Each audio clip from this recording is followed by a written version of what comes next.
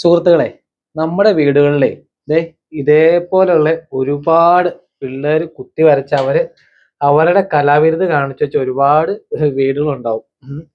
അപ്പൊ എന്റെ രണ്ട് കുരുന്നുകൾ കാണിച്ചു വെച്ചോട്ടെ. ഇത് മാത്രമല്ല, ഒരുപാടുണ്ട്. ഇത് അതിനു മുമ്പായിട്ട് ഈ സംഭവം കണ്ടോ, എന്തിനാ കൈ പിടിച്ചതിനൊക്കെ പറഞ്ഞുതരാം. ദേ ഒരുപാട് കുത്തി വരച്ചിട്ടുണ്ട്, കാണിച്ചു തരാം കേട്ടോ. ഇങ്ങോട്ട് വാ. ദേ കണ്ടോ, ഇതിലൂടെയൊക്കെ നിറച്ച് കുത്തി വരച്ചേക്കാണ് അവരുടെ കലാവിരുതുകൾ. ഇതുണ്ടോ, എന്തൊക്കെയോ പൂച്ചയാണോ എന്തൊക്കെയോ വരച്ചു വെച്ചിട്ടുണ്ട്. അപ്പൊ വീട് മൊത്തം ഇതാണ്. ഈ ഒരു ഐറ്റം കൊണ്ട് ഇത് മാഞ്ഞു പോകുന്നാണ് പറയണത്. നമുക്കൊന്ന് പരീക്ഷിച്ചു നോക്കാട്ടോ. അപ്പം കോൾഗേറ്റ് ആണ്, നമ്മൾ പല്ല് തേക്കണ കോൾഗേറ്റ് ആണ്. അത് കുറച്ച് ഇതേപോലെ അങ്ങ് ഒഴിക്കുക. എന്നിട്ട് ഇവിടെ എവിടേക്കാണോ ഉള്ള ഈ ഒരു പോർഷൻ, അല്ലെങ്കിൽ ഇരിക്കട്ടെ, ഇത് ഈ ഒരു പോർഷൻ നോക്കിക്കോട്ടോ. ഒന്ന് മായ്ച്ചു നോക്കാവേ. മായ്ച്ചു നോക്കി, ഇത് മാഞ്ഞു പോണുണ്ടോ എന്നുള്ളത്. ഓക്കെ, ആഹാ, നല്ല രീതിക്ക് മാഞ്ഞു പോണുണ്ടേ.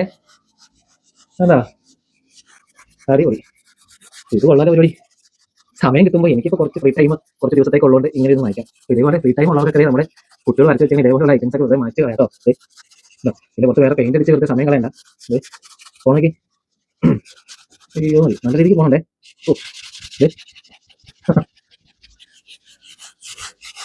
അടിപൊളി. കുറച്ച് നനഞ്ഞ തുണിയുണ്ട്, അതും കൊണ്ടും തൂത്ത് കണ്ടല്ലേ. അടിപൊളി.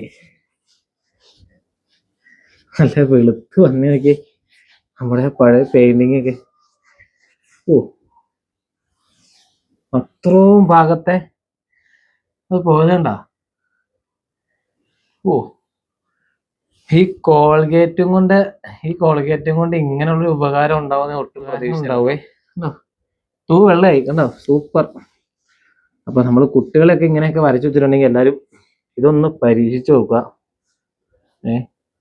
വീട് നിറച്ചുണ്ടെങ്കിൽ ഒരുപാട് കോൾഗേറ്റ് വേണ്ടി വരും. അപ്പൊ നിങ്ങളൊന്ന് ട്രൈ ചെയ്ത് നോക്ക്, എങ്ങനെ ഉണ്ടെന്ന് അറിയാം, റിസൾട്ട് എങ്ങനെ ഉണ്ടെന്ന് അറിയാം. ഓക്കെ.